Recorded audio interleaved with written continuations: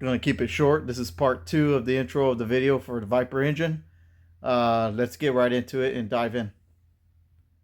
Okay, we're setting the timing. Went ahead and put the oil pressure sensor and I put the crankshaft sensor already on. While we're putting the timing, this is a double row chain already set up. So it's got a single cam bolt for it. Torqued it down to 50 foot-pounds, blue Loctited it. And then the cam thrust plate too.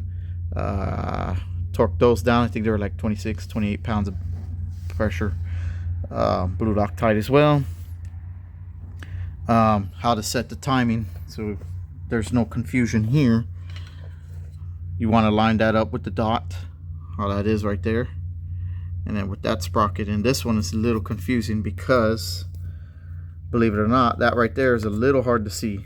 This right here, the timing mark, that little triangle, that's going to be lined up in your center, which is, strangely enough, that got me a little confused, but that's where it goes. If you set it on this sprocket or on this sprocket here, that'll be one tooth off. Reason being I know that is because at that point where I marked it, you see my 2 marks there, you can see the top dead center TDC. That's the top of the piston, and if you go any more to the left or to the right, it'll start either going down, one way or the other. Advanced or retarded. So that's where it needs to be for sure. If you put a straight edge to it, you'll see that it lines up with it, and that's at 12 o'clock. Your crank sprocket is at 12 o'clock. This is at 6 o'clock, and you're done. We'll move on. So that is right there how that is set. You can see that's straight up. Let's see, you get what I'm saying. Let's see, that's pretty close to straight right there. So it lines up. Move on to the next one. That's what I'm doing, is I'm going to put the timing cover back on it now. So timing cover is ready to get on. I cleaned it all up, cleaned the gasket surfaces. So cleaned up the oil drive on these Vipers. They have these rotors that come apart separately. So you want to check the clearances and stuff on them. Check like the plates for flatness. That's what the book calls for. So I checked it. So what you do is you'll get your filler gauge and you'll check your flatness right here all across the plate there. This one called for 76 millimeters of clearance. Is that right? Yeah, it should be 0.76. And then this one on the inner drive, well, this one first, what you do is you'll push this way, and then you'll put the filler gauge. This one calls for 0.19 millimeters. Measure all that around. As long as you have proper clearance on that, you're good. There's a dead skunk over there. Oh, I've seen it. This one here, you're gonna put this one in here, and then you'll get the filler gauge. This one calls for 0.15 millimeters of clearance. You'll check all these right here, go around it and just check them. All that is checked out with flying colors. So what we're going to do is just pre-lube it in here, and then I'll put the little screws here. They call for, I think it was 210 inch-pounds. Put some blue Loctite, close it up, and then probably try to get this cover on. I think it's ready. Put it all together, pre-lubed it all, put some oil in the journals and all that good stuff. The screws, I had said 200 inch-pounds. It was 90. Oh, I forgot again. Let me see. I'll just show you in the book. 95. It calls for 95 inch-pounds. So that's where I'm going to put blue Loctite on these, and then we're going to torque them down. Here's the oil pan. I'm going to go ahead and clean it up. It's just been sitting on the shelf. That's why there's all this crud on it and stuff. But you can see all the gold mine stuff that it hit. Look at all that. All that there. That's just parts of the stuff that was spewed out why the engine rebuild was needed. I'm going to clean it up. Let me do that right now. The attention about the water pumps on the Vipers. They are obviously getting a lot older, these cars. And one big downfall about them is, as big as the motors they are, cooling capacities, they tend to struggle. There could be several issues with the car because of just of age in general. But the water pump, I've seen them and I've done them before.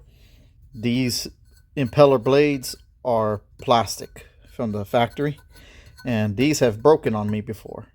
This one's replaced this pump maybe a couple years ago when he had the car, when he bought the car. We already had done it, so I know this one's good.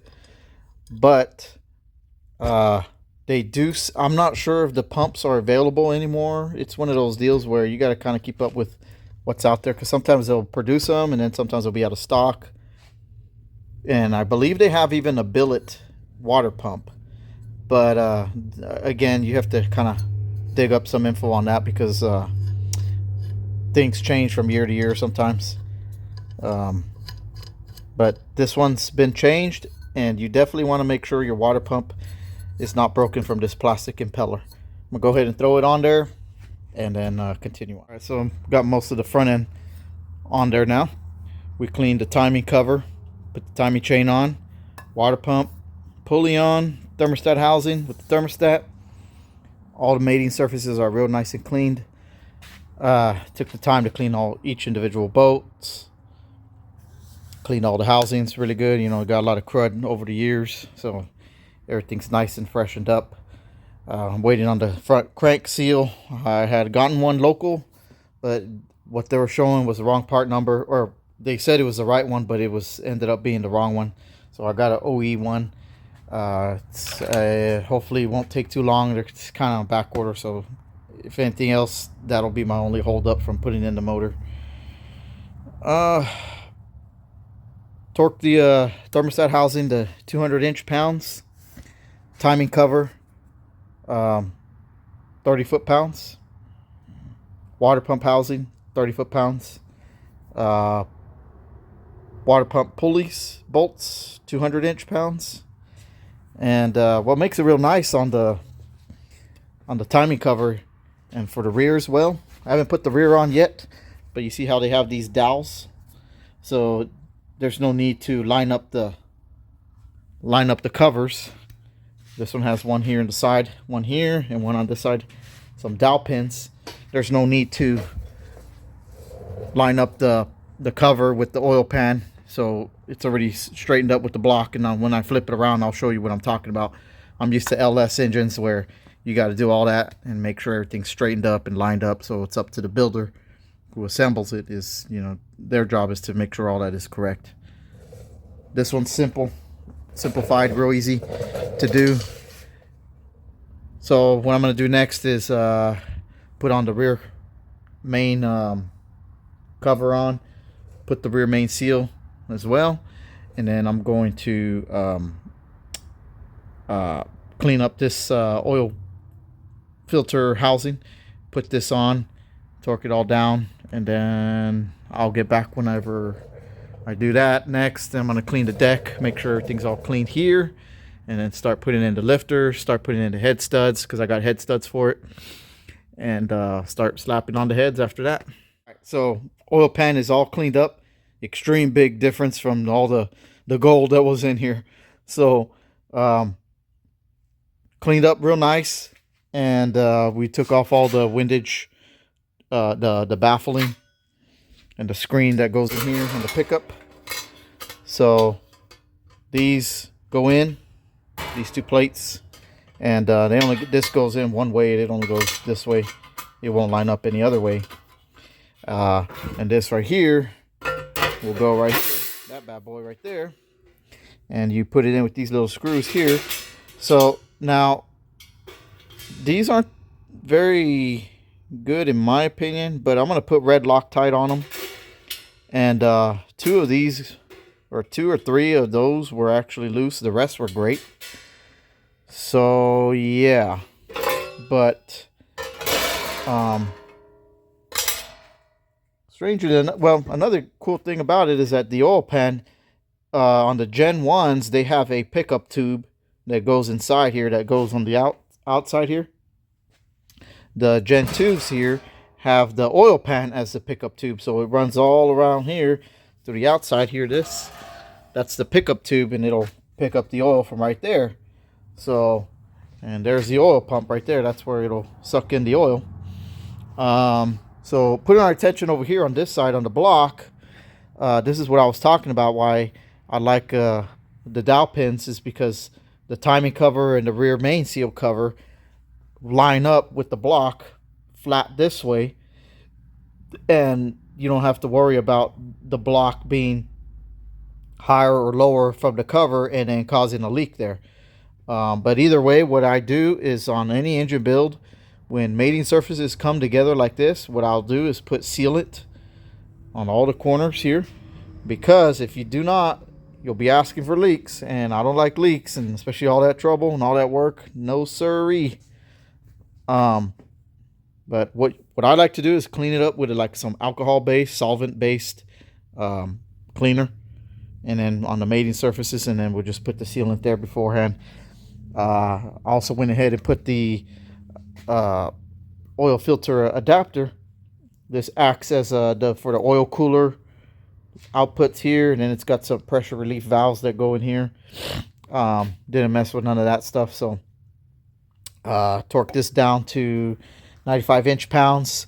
I'm going to go ahead and throw the oil pan on here, and that'll be torqued down as well to 95 inch-pounds. There are 22 bolts that are this way from here. I think it's 22, and then you have 1 2 3 4 5, and then 1 2 3 4. So a lot of bolts there. So don't miss them. I'm going to torque them down. And I also put this rear cover here in the rear main seal. Let me tell you about that real quick. So this is the original seal, rear main seal that we took out of it, and I ended up putting an SRT Gen 3, Gen 4, and Gen 5 capable of interchanging this part of the rear main seal.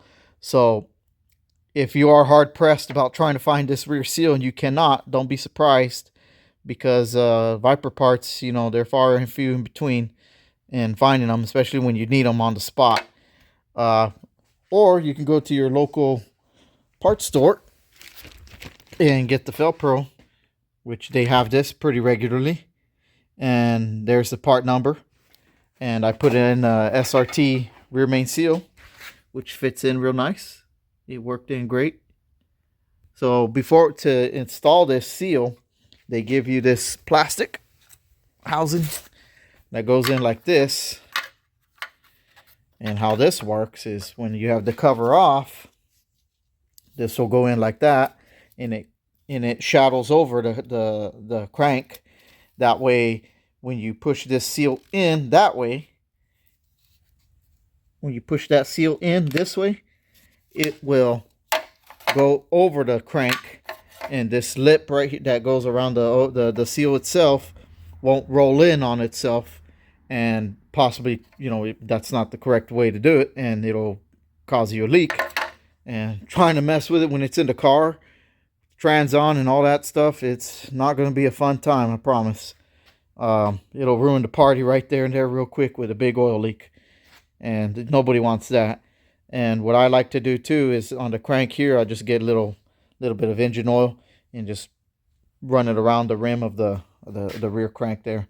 But that's on there, and that's where I'm at for right now. What I'm going to do next, put the oil pan on, like I said, and then we're going to put the head studs on, clean those first, put the head studs on, and I'm going to show you the process on doing that and go from there. All right, just like that, we torqued down the oil pan, 95 inch-pounds, 31 bolts all torqued down. So I'm going to probably finish off the video for part 2 right here. We're going to finish it off right here. I think we got enough done on the motor, and this should be enough for part 2. Part 3, I think, is a good place to start with a new one, a new part 3 for doing the top end of it. We're going to start with the cylinder heads, put on the ARP head studs, clean them, put on the heads, the gaskets, what else? Lifters. We're going to soak the lifters, pre-soak them. Little sensors here and there. We'll see if we're going to put them on now. We definitely don't want to break them when we're setting in the motor. So anyways, I'm going to stop it there. I hope you enjoyed the video, and keep wrenching. See you guys later. Peace.